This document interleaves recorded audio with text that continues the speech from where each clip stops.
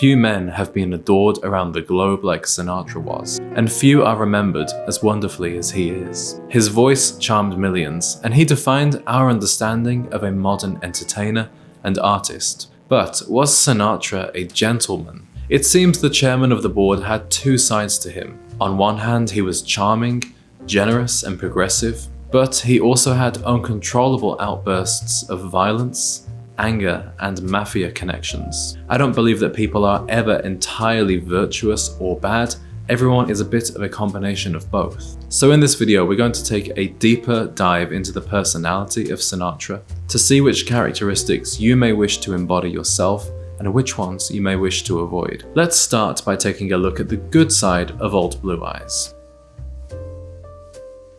Naturally, one of Sinatra's greatest characteristics is his mastery of music and his ability to entertain. His talents did not come naturally. Instead, he honed his skills through dedicated discipline and practice. Sinatra was a devoted student both of the voice and music, showing an incredible work ethic. His recording sessions would run famously late into the night, while he even took up swimming to improve his breath control. He would even lay off his signature Jack Daniels and cigarettes when preparing for an album or tour, instead preferring a cup of hot tea. This athlete-like professionalism was very unusual for musicians at the time. So whatever your passion or vocation is, I'm sure you can take Sinatra's work ethic and apply it to your own life. Remember that his dedication, love of learning, and willingness to sacrifice were huge factors in his success. Sinatra amassed great wealth and fame thanks to the success of his music and movies, and he used these resources to give back generously. Since the early 1960s, he began raising millions of dollars for causes ranging from women's shelters in New Jersey to the Hebrew University of Jerusalem. During his lifetime, he donated more than $1 billion to charity, and he spawned a legacy of generosity among celebrities that still exists today. Sinatra was great at banding together with other performers and actors in every arena, with events such as the Frank Sinatra Open Invitational Golf Tournament.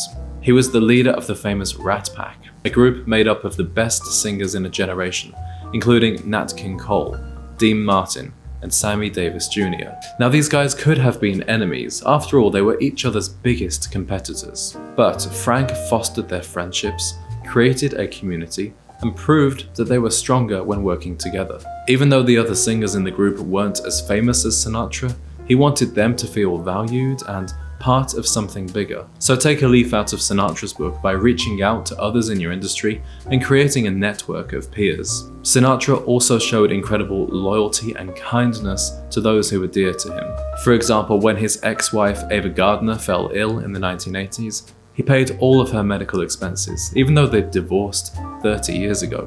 When his friend L.J. Cobb fell ill, he sent him books, flowers, fine foods, paid his hospital bills, and visited him daily. He even stepped in and paid the funeral expenses of actor Bela Lugosi. Sinatra stood up for the rights of Black Americans and was a key force in the desegregation of Vegas hotels and casinos in the 50s and 60s. In 1961, he performed a benefit concert for Martin Luther King.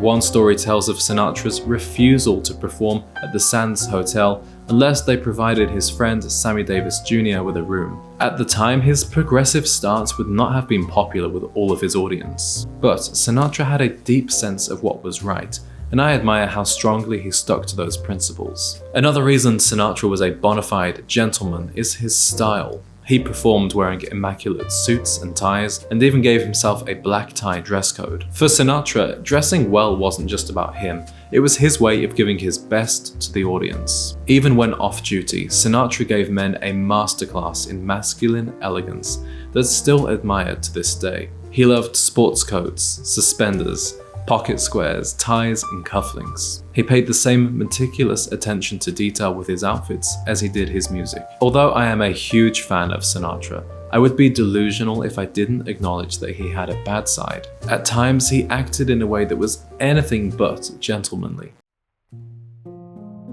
A big problem Sinatra had was keeping his anger in check. His last wife, Barbara, said that he would snap at anyone for the slightest misdemeanor, and alcohol seemed to only aggravate this condition. He got into several public fights with photographers and journalists who gave him bad press, showing a deep level of insecurity considering his overall success and fame. Even women were not immune to Sinatra's verbal attacks, which could be very mean and ungentlemanly.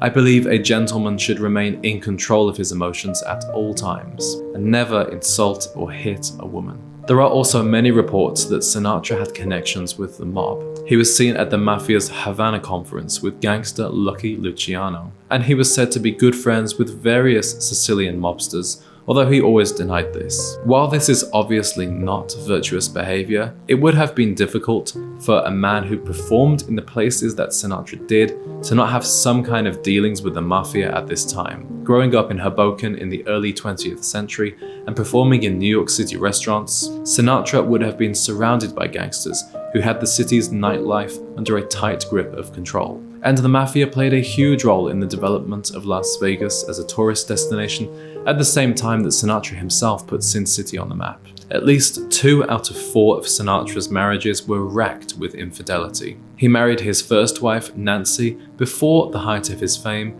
and went on to have affairs with Lana Turner and Marilyn Monroe. His second marriage to Ava Gardner was equally fraught with many public altercations and fights. It's fair to say that Sinatra was not the best at keeping his personal business clean, which I think a gentleman always does. Although it's hard for us to relate any ordinary marriage to Sinatra's life, I don't think he's the greatest role model when it comes to domestic partnerships.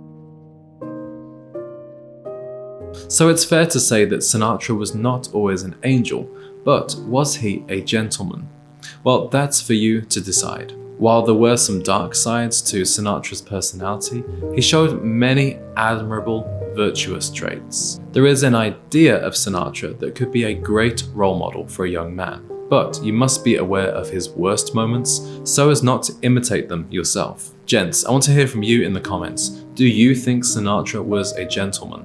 And let me know if you would like me to take an in-depth look into the lives of any other famous men at some point in the future. If you want to find someone you can look up to, perhaps I can suggest my video on 5 modern role models for aspiring gentlemen, including Roger Federer and recent Oscar winner Cillian Murphy. Thank you for watching, and I'll see you in the next one.